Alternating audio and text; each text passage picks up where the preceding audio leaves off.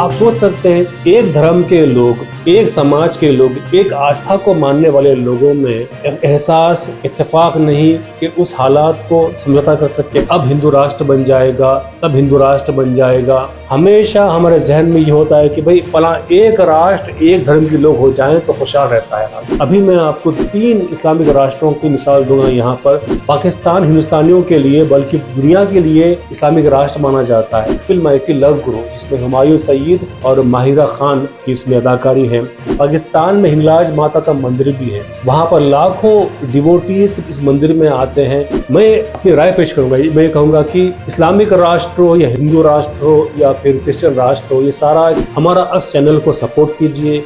आप सभी को मेरा आदाब। कुछ रोज पहले एक वीडियो वायरल चल रहा था जिसमें हमने देखा कि मध्य प्रदेश से एक खानदान पहुंचा राजस्थान और खाटू श्याम मंदिर में वो पूजा के लिए आए थे।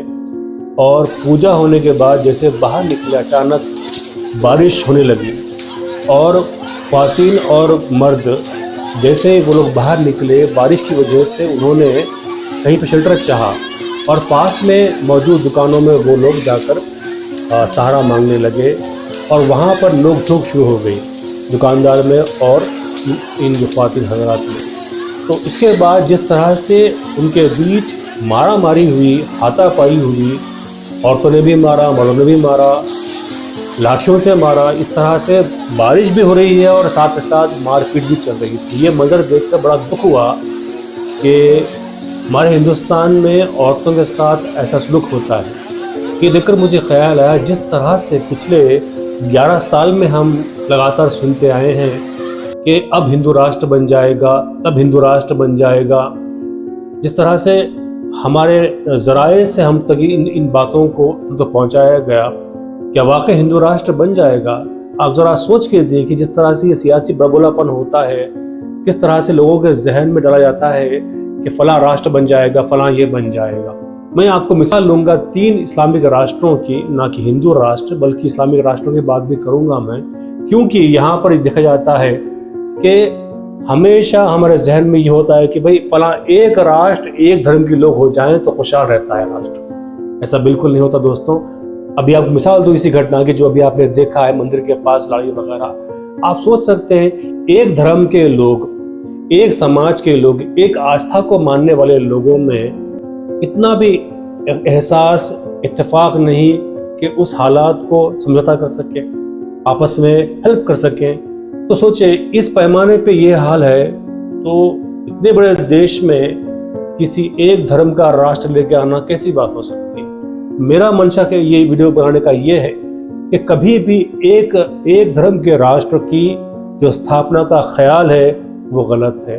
अभी मैं आपको 3 इस्लामिक राष्ट्रों की मिसाल दूंगा यहाँ पर। पहला मैं लूंगा हमारे पड़ोसी मुल्क पाकिस्तान को। पाकिस्तान हिंदुस्तानियों के लिए बल्कि दुनिया के लिए इस्लामिक राष्ट्र माना जाता है, लेकिन दरअसल पाकिस्तान इस्लामिक राष्ट्र नहीं है बल्कि इस्लामिक रिपब्लिक ऑफ पाकिस्तान है। बहरहाल उस पाकिस्तान में आज देखेंगे आप शराब भी मौजूद है, शराब खुली है वहाँ पर। ये एक बात है कि मुसलमानों को शराब नहीं दी जाती बल्कि जो लोग शराब पीते हैं गैर मुस्लिम उनको दी जाती है। फिल्मों की बात करें तो पाकिस्तान में भी फिल्मों की छूट है। अभी हमने हाल में देखा है, एक फिल्म आई थी लव गुरु, जिसमें हुमायूं सईद और माहिरा खान की इसमें अदाकारी है। इस फिल्म के प्रमोशन को आप देख सकते हैं, टेक्सास में, दुबई में, जहाँ कहीं लोग जाते हैं, लगता ही नहीं कि ये एक ऐसी फिल्म है जो इस्लामिक राष्ट्र में बनी जा सकती है, बल्कि इस फिल्म को आप देखें तो बिल्कुल वेस्टर्नाइज ढंग से फिल्म को बनाया गया है। एक और बात कहूँ तो आप पाएंगे कि पाकिस्तान में हिंगलाज माता का मंदिर भी है, वहाँ पर लाखों डिवोटीज इस मंदिर में आते हैं और माइनॉरिटीज़ के हिसाब से यहाँ पर एक सीनेटर को भी वहाँ पर अपॉइंट किया गया है, उनको इलेक्ट किया गया है। मेरा कहने का मकसद ये है कि इस्लामिक राष्ट्र के जो हमें छवि जहन में आती है कि ये होगा इस्लामिक राष्ट्र, क्या वो इस्लामिक राष्ट्र के ख्याल से ये जो असलियत हकीकत दिख रही है मैच करती है? तो ये तो पाकिस्तान का मिसाल। मैं दूसरी मिसाल लूँगा इंडोनेशिया की। इंडोनेशिया में 8वीं सदी के आसपास बुद्धिज्म और हिंदुइज्म का फैलाव वहाँ था। 12th और 13th सेंचुरी के आसपास में इस्लाम ने इंडोनेशिया में जगह बना ली। उसके बाद होता क्या है कि इंडोनेशिया में आज भी वहाँ की जो जड़ें हैं हिंदुइज्म बुद्धिज़्म की बाकी है वहाँ पर, वहाँ का जो कल्चरल वैल्यूज़ है उससे मेल खाते हैं। वहाँ पर जो आज भी रामायण का जो इंस्पिरेशन है वहाँ मौजूद है। वहाँ पर आज भी रामलीला होती है और स्टेज शोज पर राम जी, सीता माता और रावण की कहानियों को पेश किया जाता है। तो कहने का मतलब ये है कि किसी भी लिहाज से अगर आप ये कह दें कि इंडोनेशिया इस्लामिक राष्ट्र है, तब भी वहाँ पर डाइवर्सिटी है।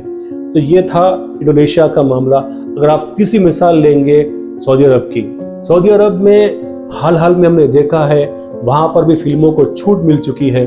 वहाँ पर हाल ही में अमिताभ बच्चन को, मतलब 1 साल के आसपास की बात कर रहा हूँ मैं, अमिताभ बच्चन को एक अवार्ड दिया गया और उस अवार्ड के ज़रिए से सऊदी ने बताया कि हम फिल्मों के मैदान में आगे बढ़ रहे हैं। और इसी तरह का हमने देखा है कि रियाद, जिद्दा में भी कई फैशन शोज़ हुए जहाँ पर जेनिफर लोपेज को बुलाया गया।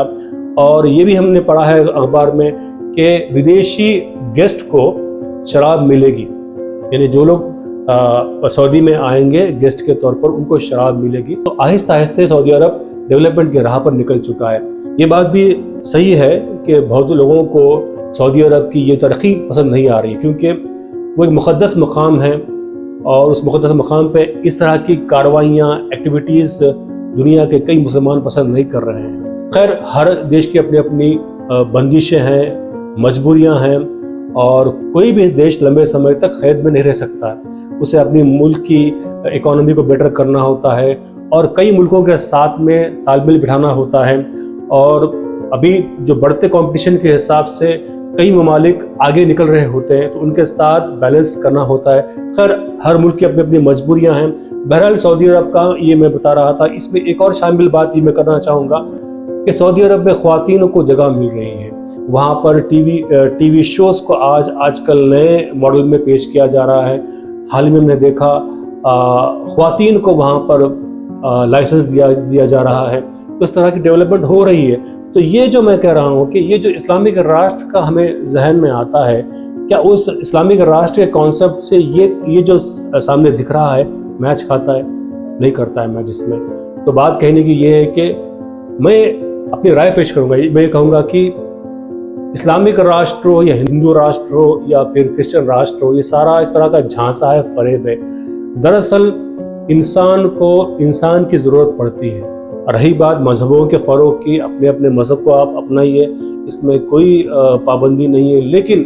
लेकिन ये कहना कि ये राष्ट्र बनने से ये हो जाएगा, वो बनने से वो हो जाएगा, ये मैं मानता हूँ कि ये सारा का सारा एक पॉलिटिकल आपको प्रोपेगेंडा है, एजेंडा है और ये एक फरेब है, झांसा है। ये बात कभी भी इंसानों पर फिट नहीं बैठती। बहरहाल इस वीडियो से मैं ये कहना चाहता हूँ कि कोई भी समाज एक माइंडसेट में फंस कर रह नहीं सकता।